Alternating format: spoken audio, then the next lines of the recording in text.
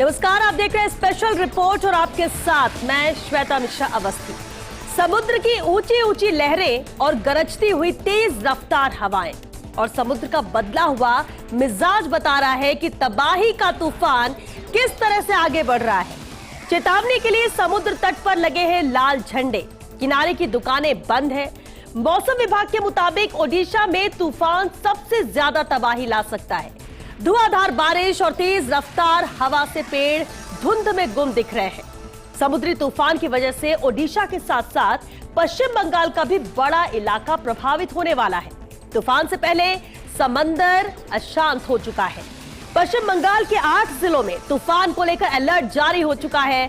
मछुआरों को समुद्र में नहीं जाने की चेतावनी है। आज हम आपको बताएंगे कि क्यों आते हैं चक्रवाती तूफान, क्या है दाना का मतलब, किसने दिया नाम, दाना का 7 राज्यों में कितना असर है, कितनी तबाही ला सकता है दाना।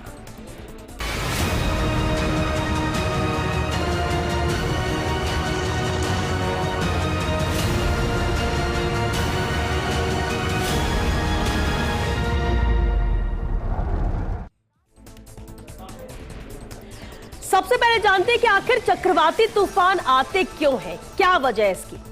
चक्रवात एक खास तरह की स्थिति में बनता है।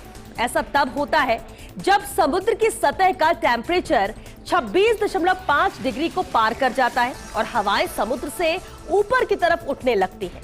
ये गर्म हवाएं ऊपर उठती हैं और नीचे की तरफ कम दबाव वाला क्षेत्र बनता है। जैसे जैसे समय बीतता है, हवाओं से कम दबाव वाले क्षेत्र में दबाव बढ़ता है। ऐसा होने वाले चक्रवात की स्थिति बनती है।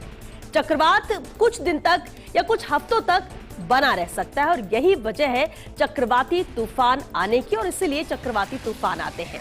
लेकिन साइक्लोन से संभावित प्रभाव क्या है वो भी आपको बताते हैं और वो भी जान लेते हैं, और ये भी जानना आखिर जरूरी है कि क्या प्रभाव पड़ता है। और चलिए वो देख लेते हैं कि आखिर साइक्लोन से प्रभाव क्या पड़ेगा।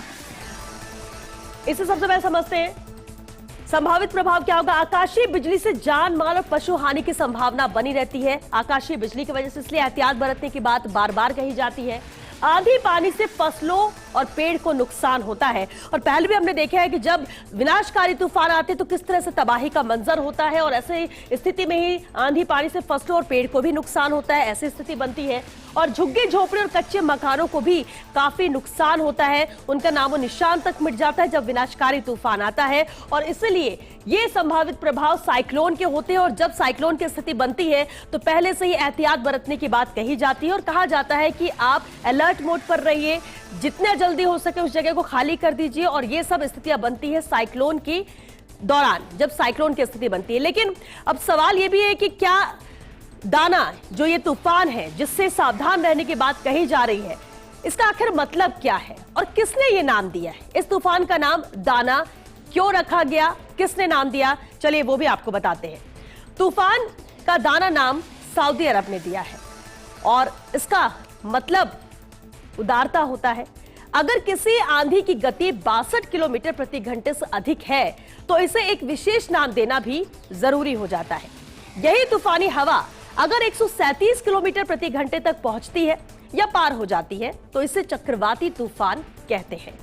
तो इसलिए इसका नाम दाना पड़ा, और ये जरूरी भी हो जाता है कि जब भी कोई तूफान होता है तो उसे पहले नाम दिया जाता है। और तूफानी हवा अगर 137 किलोमीटर प्रति घंटे तक पहुंचती है या पार हो जाती है तब वो चक्रवाती तूफान का रूप ले लेते हैं, और इसलिए उसे चक्रवाती तूफान कहा जाता है।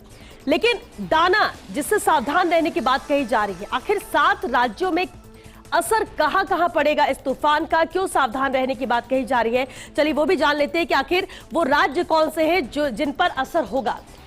दाना का 7 राज्यों में असर है, जहां सबसे ज्यादा जो सेंटर पॉइंट कहा जा रहा है वो ओडिशा है, और नुकसान की जो बात कही जा रही है या बहुत ज्यादा असर होने की बात कही जा रही है वो पश्चिम बंगाल में भी रहेगा। लेकिन इसके अलावा कुछ अहम राज्य है जहां पर दाना का असर देखने को मिलेगा, जिसमें आंध्र प्रदेश भी है, झारखंड है, छत्तीसगढ़ के भी कुछ हिस्सों में इसका असर देखने को मिलेगा, बिहार में भी इसका असर होगा और प्रभावित तमिलनाडु भी होगा इस तूफान से। ये वो 7 राज्य हैं जिन पर असर दाना तूफान का नजर आएगा। लेकिन सेंटर पॉइंट जहां पर सबसे ज्यादा तबाही की बात मानी जा रही है, जहां पर माना जा रहा है सबसे ज्यादा नुकसान हो सकता है, वो राज्य ओडिशा है। और पश्चिम बंगाल में भी इसका बड़ा असर देखने को मिलेगा। लेकिन इसके अलावा जो अहम राज्य है उसमें आंध्र प्रदेश है, झारखंड है, छत्तीसगढ़ है, बिहार है और साथ ही तमिलनाडु भी है, जहां पर दाना तूफान का असर नजर आएगा, यानी कि इन राज्यों में प्रभाव देखने को मिलेगा। लेकिन अब सवाल ये उठता है कि जब आपको पता है कि तूफान बहुत ज्यादा खतरनाक है, बहुत ज्यादा नुकसान हो सकता है, ये प्रभावित कर सकता है, तो तूफान से निपटने की आखिर तैयारी क्या है, क्या तैयारी की गई है, वो आपको चलिए बताते हैं। ओडिशा ने एनडीआरएफ, ओडीआरएफ और फायर ब्रिगेड की 288 टीमें तैनात की हैं। 14 जिलों के स्कूल कॉलेज 25 अक्टूबर तक बंद रहेंगे। यह एहतियात के तौर पर यह फैसला लिया गया है। 25 अक्टूबर तक स्कूल कॉलेज बंद रहेंगे। सभी टूरिज्म पार्क के साथ ओडिशा हाईकोर्ट को भी 25 अक्टूबर तक बंद रखा गया है। सरकारी कर्मचारियों की जो छुट्टियां थी उसे भी रद्द कर दी गई हैं। ओडिशा के मुख्यमंत्री मोहन चरण मांझी ने हाई लेवल मीटिंग की। उन्होंने तूफान से निपटने की तैयारियों की भी इस दौरान समीक्षा की और तैयारी पूरी की जा रही है। जिस तरह से ओडिशा को पता है, ओडिशा में पहले भी किस तरह से तबाही मचाई गई है, कितने तूफान आए हैं और इसलिए तैयारियां भी इस तूफान के मद्देनजर यानी दाना के मद्देनजर भी एहतियात बरता जा रहा है और एहतियात स्वरूप ही है इस तूफान से निपटने की पूरी तैयारी ओडिशा ने कर रखी है, यानी ओडिशा तैयार है इस तूफान से मुकाबले के लिए। लेकिन अहम यह भी हो जाता है कि जब इस तरह से विनाशकारी तूफान आते हैं, बहुत ज्यादा खतरनाक तूफान होते हैं जिनसे सावधानी बरतने की जरूरत होती है, तो ऐसे वक्त में आखिर किन बातों का ख्याल रखा जाना चाहिए, उसे भी ध्यान देना जरूरी है, उस पर भी एक नजर डालना जरूरी है। चलिए उस 7 बातों पर गौर कर लेते हैं जिसका ख्याल रखना जरूरी होता है जब इस तरह के तूफान आते हैं। उनमें से क्या है, देखिए, पहला, बिना वजह घर से बाहर ना निकले।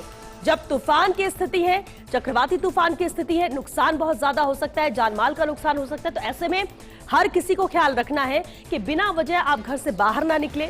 दूसरा अहम पॉइंट है, घर पर अपने पास टॉर्च, मोमबत्ती, माचिस का आप स्टॉक रखें। किसी भी तरह की स्थिति बन सकती है और ऐसे में यह एहतियात बरतना जरूरी है और इसलिए कहा जाता है कि टॉर्च, मोमबत्ती या माचिस का स्टॉक आपके पास होना चाहिए। तीसरी अहम बात, अगर बाहर फंस गए हैं तो किसी सेफ जगह पर रुक जाएं। कई बार होता है कि जब ऐसे तूफान आता है, साइक्लोन की स्थिति बनती है, हो सकता है उस वक्त आप घर पर ना हो, तो जिस भी जगह पर है, बाहर है, तो आप सुरक्षित स्थान ढूंढिए और वहां पर रुक जाइए। किसी भी तरह के मेटल या बिजली के सामान को बिल्कुल भी ना छुए, क्योंकि जब ऐसी स्थिति बनती है करंट का भी डर होता है, कुछ और वजह से भी आपको नुकसान हो सकता है, जान पर बन सकती है और इसलिए कहा जाता है कि जब ऐसी स्थिति हो तो मेटल या बिजली के सामान को बिल्कुल भी ना छुए, उनसे दूरी बनाकर रखिए आप। अहम पॉइंट ये भी कि लंबे पेड़ है, दीवार है या बिजली के खंभे के आसपास भी ना खड़े हो। साइक्लोन की स्थिति बनती है जब तो तब भी इन चीजों से भी खतरा हो सकता है। अगर इन जगह के आसपास आप हैं तो हो सकता है इनकी वजह से आपको नुकसान हो, जिसमें लंबे पेड़ हो सकते हैं, दीवार हो सकती है, बिजली के खंभे हो सकते हैं और इसलिए कहा जाता है कि इसका ख्याल आपको रखना है, इनसे दूरी बनाकर रखनी है। अहम पॉइंट ये भी कि गाड़ी ऐसी जगह पर पार्क करें जहां उड़ती हुई चीज आने का रिस्क बिल्कुल भी ना हो सकता है कि आप घर के बाहर हैं, आप अपने वाहन में हैं, गाड़ी में हैं और ऐसे में कहीं पार्क करना है तो भी आपको सुरक्षित जगह ढूंढनी होगी, ताकि कहीं ऐसा ना हो कि कुछ उड़ती हुई चीज आए जो आपको नुकसान पहुंचा सके या आपको जख्मी कर सके। और एक अहम पॉइंट और है, कंस्ट्रक्शन साइट पुरानी और जर्जर इमारतों के पास भी बिल्कुल ना खड़े हो, क्योंकि ऐसी स्थिति में ये इमारतें गिर सकती है, जो पहले से जर्जर हालत में उसकी जद में आप आ सकते हैं, आपकी जान भी जा सकती है, ऐसी स्थिति भी बन सकती है। और इसलिए कहा जा रहा है कि जिन 7 बातों का ख्याल रखने की बात यहाँ कही जा रही है या जो हमने आपको बताया, उसमें भी ये पॉइंट बहुत इंपॉर्टेंट है कि कंस्ट्रक्शन साइट पुरानी और जर्जर इमारतों के पास बिल्कुल भी ना खड़े हो, क्योंकि हमने कई बार देखा है जब साइक्लोन नहीं भी होते हैं, बहुत ज्यादा बारिश भी अगर हो जाती है शहरों में, तब भी ऐसी स्थिति हमने देखा कि कोई कंस्ट्रक्शन साइट होती है या कोई पुरानी और जर्जर इमारत होती है, वो भी किस तरह से जमींदोज हो जाती है उसकी वजह से। तो जब साइक्लोन की स्थिति हो, जब चक्रवाती तूफान की बात हो रही हो, तो ऐसे में ऐसी बिल्डिंग्स कहां बच पाएंगी, और अगर आप उसके आसपास हैं, उसकी जद में हैं और अगर ये जर्जर इमारतें गिरती हैं तो आपकी जान पर भारी पड़ सकता है। और इसलिए ये कहा जा रहा है कि जब आप कुछ बातों का ख्याल रखें जिन्हें आपको ध्यान रखना है, इन बिंदुओं में, इन पॉइंट्स में वो भी शामिल है कि कंस्ट्रक्शन साइट है या पुरानी कोई जर्जर इमारत है, उसके आसपास आप बिल्कुल भी खड़े ना हो, वहां पर आपकी मौजूदगी नहीं होनी चाहिए। तो इसका भी आपको ख्याल रखना है। ये कुछ सावधानियां, एहतियात है जो बरतने की जरूरत है। लेकिन सवाल अब ये भी उठता है कि आखिर कहां पर साइक्लोन का सबसे ज्यादा खतरा है, कौन से वो इलाके हैं जहां पर सबसे ज्यादा खतरा साइक्लोन का बना रहता है। भारत के वो कौन से इलाके हैं साइक्लोन से खतरा बना होता है, क्योंकि इन इलाकों को भी समझना जरूरी है। चलिए वो भी आपको बताते हैं कि आखिर वो कौन सी जगह है जहां पर खतरा होता है, और अगर आप उस एरिया में है, उस क्षेत्र में है, ये भारत के उस हिस्से में है, तो आपको ज्यादा ख्याल रखने की भी जरूरत यहां पर होगी। और ऐसे में उस जगह का भी आपको पता होना चाहिए, जानकारी होनी चाहिए कि ये भारत का हिस्सा है और इस भारत के नक्शे में ये जो जगह है वहां पर अगर आपकी मौजूदगी है और साइक्लोन की स्थिति बनती है तो नुकसान ज्यादा हो सकता है, आपकी जान पर भी बन सकती है। और ऐसे में जानकारी होती है तो आप उससे अपना बचाव कर सकते हैं, और इसका भी ख्याल रखने की जरूरत है, खासतौर से जब हम दाना तूफान की बात कर रहे हैं। भारत के समुद्री तट की लंबाई की जब बात की जाती है तो करीब 7,500 किलोमीटर से ज्यादा की इसकी लंबाई है, लेकिन इसका कौन सा हिस्सा है जहां पर खतरा हो सकता है वो भी समझ लेते हैं। और देखिए किन इलाकों में साइक्लोन का सबसे ज्यादा खतरा होता है उसे जरा समझते हैं। समुद्री तट की हम बात कर रहे थे, लंबाई 7,500 किलोमीटर से ज्यादा है ये समुद्री तट है, और इनमें से 76% सुनामी के खतरे वाला इलाका यहां पर है। भारत के नक्शे की हम बात कर रहे हैं और इसमें ये इलाका है जहां पर सबसे ज्यादा सुनामी खतरे वाला इलाका है, जो कि समुद्र तट के नजदीक होता है।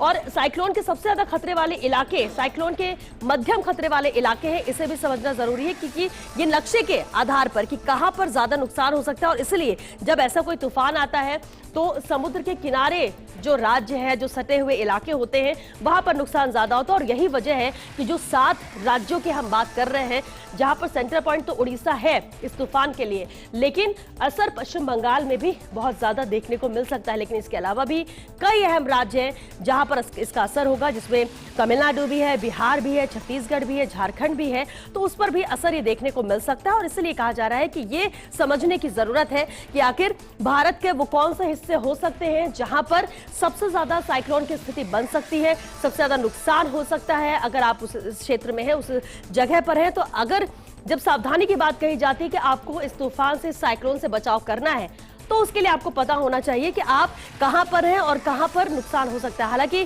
कुल कहा जाता है कि 76% सुनामी के खतरे वाला इलाका इनमें से है, और यही वजह है कि जब ओडिशा सेंटर पॉइंट है तो यहां कहा जा रहा है कि सिर्फ ओडिशा ही नहीं, आसपास के जो 7 राज्य है, जो बॉर्डर से, जो समुद्र के तट से लगे हुए हैं, उस पर भी असर देखने को मिलेगा इस तूफान का।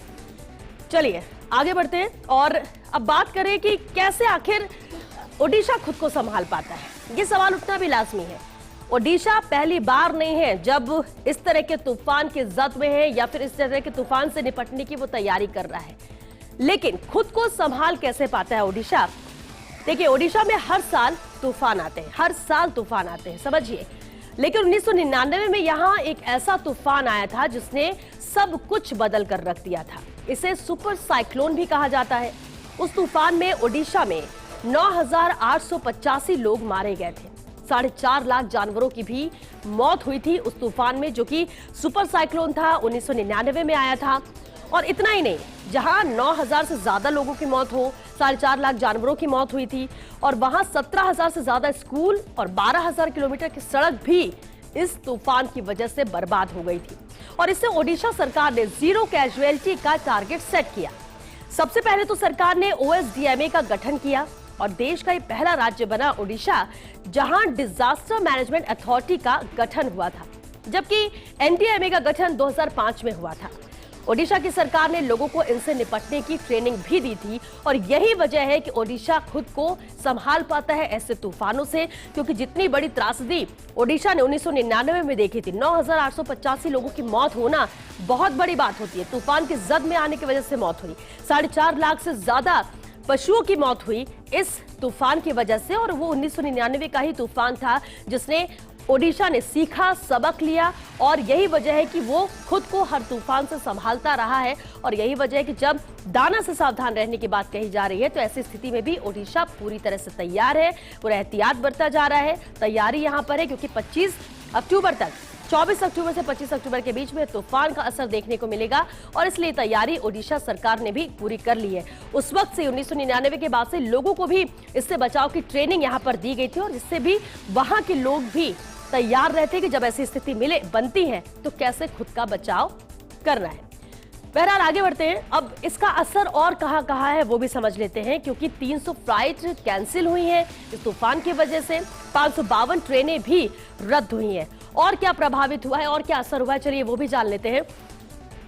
300 फ्लाइट कैंसिल होना, 552 ट्रेनें रद्द हुई हैं। अब देखिए 300 फ्लाइट रद्द हुई है इस तूफान की वजह से, क्योंकि बेहद अहम है, जहां पर साइक्लोन जो कि कहा जा रहा है कि बहुत ज्यादा विनाशकारी भी हो सकता है, बहुत ज्यादा नुकसान पहुंचा सकता है। तो ऐसे में एहतियात के तौर पर जो कदम उठाए जाने चाहिए उसमें से एक है जहां फ्लाइट को कैंसिल किया गया। 300 फ्लाइट्स रद्द हुई हैं। एयरपोर्ट कौन से? भुवनेश्वर और कोलकाता, ये 2 एयरपोर्ट है जहां से फ्लाइट्स को रद्द किया गया है, ताकि इस तूफान से एहतियात के तौर पर बचाव किया जा सके। इसके अलावा अगर हम बात करें कब तक यह स्थिति कब तक रहेगी, कब तक के लिए रद्द किया गया है, तो 25 अक्टूबर सुबह 9 बजे तक के लिए फ्लाइट कैंसिल की गई हैं और ट्रेनों को भी रद्द किया गया है। अब साउथ ईस्ट रेलवे ने इसे लेकर 150 ट्रेनें रद्द की है। ईस्ट कोस्ट रेलवे की बात करें तो 198 ट्रेनें रद्द की गई है ईस्ट कोस्ट रेलवे की, और ईस्टर्न रेलवे की भी वहीं 190 ट्रेनों को रद्द किया गया। और इसके अलावा साउथ ईस्ट सेंट्रल रेलवे की बात कर ले तो 14 ट्रेनें भी रद्द हुई है साउथ ईस्ट सेंट्रल रेलवे से, और यानी कुल इनकी संख्या की बात करें तो 552 ट्रेनें हैं जिन्हें रद्द किया गया है। और इसके अलावा फ्लाइट्स की बात करें तो 300 फ्लाइट्स हैं जिन्हें रद्द किया गया है भुवनेश्वर और कोलकाता एयरपोर्ट से।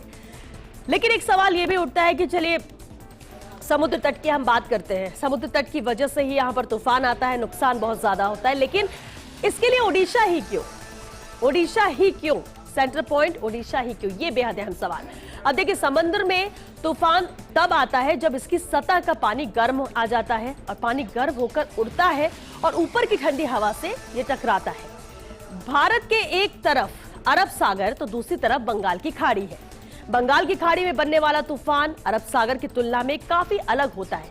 ज्यादातर तूफान बंगाल की खाड़ी में ही बनते हैं, और वो इसलिए क्योंकि बंगाल की खाड़ी अरब सागर की तुलना में ज्यादा गर्म है। बंगाल की खाड़ी में साल में 2 बड़े चक्रवाती तूफान आने की आशंका हमेशा रहती है, और ये आमतौर पर मार्च से मई और अक्टूबर से दिसंबर के बीच में आते हैं। वहीं ओडिशा की जियोग्राफी इस तरह की है कि वो तूफान के लिए चुंबक की तरह काम करती है। बंगाल की खाड़ी में जब भी तूफान बनता है तो वो उत्तर पश्चिम की ओर बढ़ता है। ओडिशा ऐसी जगह पर है जहां भारत की कोस्टल लाइन यानी तट रेखा मुड़ती है, और इसलिए इसका किनारा तूफानों से सबसे ज्यादा प्रभावित होता है। यही वजह है जब सवाल उठता है कि आखिर तूफान आ रहा है, साइक्लोन की स्थिति है, विनाशकारी हो सकता है, तो फिर ऐसे में ओडिशा ही क्यों? उसकी वजह यह है कि आखिर ओडिशा ही क्यों सेंटर पॉइंट वो बनता है, और क्यों यहां पर इतने ज्यादा तूफानों को ये झेल चुका है, जिसे फेस कर चुका है। लेकिन अब कौन सा साइक्लोन कितना खतरनाक है ये भी जानना बेहद जरूरी है, क्योंकि अलग अलग साइक्लोन होते हैं, और हम ये कैसे समझें कि कौन सा साइक्लोन है जो ज्यादा खतरनाक हो सकता है, और उसे भी चलिए जान लेते हैं। क्योंकि ये तस्वीर देखिए, हवा की स्पीड से ही तय होता है कि कौन सा साइक्लोन है और वो कितना ज्यादा खतरनाक है। ये सब कुछ तय करते हैं हवा की स्पीड कितनी है, और उससे समझना होगा। देखिए अगर हवा की स्पीड 119 से 153 किलोमीटर प्रति घंटे की रफ्तार से चल रही है तो वो कम है, यानी कि तूफान उसे बहुत ही कम श्रेणी में माना जाएगा, यानी कि बिल्कुल भी खतरे के तौर पर नहीं देखेंगे। लेकिन ये स्पीड अगर और ज्यादा बढ़ती है, यानी 154 से 177 की अगर ये स्पीड होती है तो ये मध्यम की श्रेणी में आएगा, यानी कि ये साइक्लोन मध्यम है, कम से थोड़ा ज्यादा, थोड़ा ऊपर।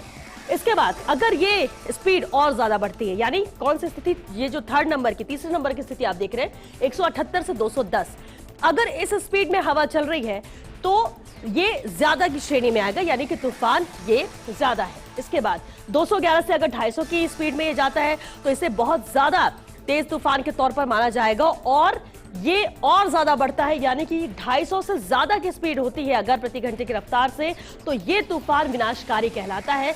और इसलिए ये सब कुछ, साइक्लोन कितना ज्यादा खतरनाक है ये पूरी तरह से तय होगा कि हवा की स्पीड क्या है, और उससे से ये तय होगा कि कितना खतरनाक है ये तूफान। और इसलिए देखिए ये अलग अलग स्पीड है, और इसी से तय होता है कि कौन सा तूफान खतरनाक है, कौन सा कम खतरनाक है, या फिर कौन सा विनाशकारी या तबाही मचाने वाला तूफान है।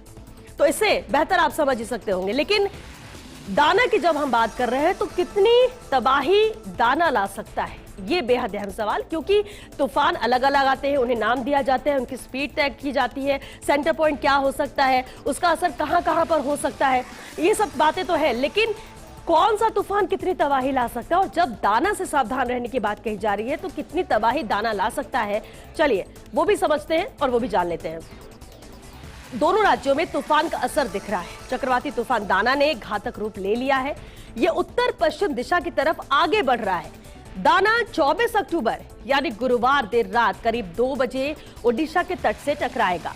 तूफान 120 किलोमीटर प्रति घंटे की रफ्तार से ओडिशा के उत्तरी हिस्से से गुजरेगा। इलाकों में 30 सेंटीमीटर तक ही बारिश हो सकती है, यह भी माना जा रहा है, अनुमान लगाया जा रहा है। और ओडिशा के 14 जिलों से 10 लाख लोगों को एक से दूसरी जगह भेजा गया है। ये एहतियात के तौर पर भेजा गया है, क्योंकि अगर स्थितियां बिगड़ती हैं तो कम से कम किसी की जान पर ना बने, ये कोशिश है। दाना का असर सिर्फ ओडिशा और पश्चिम बंगाल तक ही सीमित नहीं रहेगा। सेंटर पॉइंट जरूर ओडिशा है, असर इसका बहुत ज्यादा जरूर पश्चिम बंगाल पर पड़ेगा, लेकिन यहीं तक ये सीमित नहीं है। इसका असर कहां कहां होगा? छत्तीसगढ़ के मध्य, दक्षिण और उत्तरी हिस्से में भी देखने को मिलेगा इसका असर, और कई इलाकों में तेज हवाएं चलेंगी, बारिश भी होगी। दोनों राज्यों में तैयारियां पूरी कर ली गई हैं। हम बात कर रहे हैं पश्चिम बंगाल और ओडिशा की। ओडीआरएफ, एनडीआरएफ और फायर ब्रिगेड की 288 टीमों की तैनाती भी इसे लेकर की गई है। और राज्य के 14 जिलों में 25 अक्टूबर तक स्कूल कॉलेज भी बंद रहेंगे। और ये भी एहतियात के तौर पर, जब तैयारी की हम बात करते हैं तो तैयारी के तौर पर ही इसे देखा जाता है कि क्या नुकसान हो सकता है, कहां असर हो सकता है और क्या किया जाए, क्या फैसले लिए जाए ताकि नुकसान ज्यादा ना हो। और इसी कड़ी में ही 25 अक्टूबर तक स्कूल कॉलेज को बंद रखा गया है। सरकारी कर्मचारियों की छुट्टियां भी रद्द कर दी गई हैं और ओडिशा हाईकोर्ट भी 25 अक्टूबर तक बंद रहेगा। तो ये एहतियात बरती जा रही है, ये सावधानी बरती जा रही है। हालांकि 24 अक्टूबर की रात यानी गुरुवार की रात 2 बजे से ये तट से टकराएगा और 25 अक्टूबर तक अलर्ट रहने की जरूरत है। और इसलिए ऐसी तैयारियां की गई हैं। जैसे स्कूल कॉलेज को 25 तारीख तक बंद किया गया है, लेकिन साथ ही साथ कहा यह जा रहा है कि सावधानी बरतने की जरूरत है। सरकार अपने स्तर पर तैयारियां करती है, एनडीआरएफ, एसडीआरएफ की टीमें मुस्तैद हैं, लगातार वो सक्रिय है, लेकिन आम जन से भी ख्याल रखने की बात कही जा रही है, जो सावधानी बरतनी चाहिए। हम भी यही अपील करते हैं कि आप भी वो सावधानी बरतें, क्योंकि नुकसान कहीं पर भी हो, देश का नुकसान होता है और देश का नुकसान नहीं होना चाहिए, चाहे वो फिर किसी सामान का हो या किसी की जान का हो। और इसलिए सावधान रहने की जरूरत है इस दाना से। चलिए इसी के साथ हमारी खास पेशकश में आज के लिए बस इतना ही। दीजिए इजाजत, नमस्कार।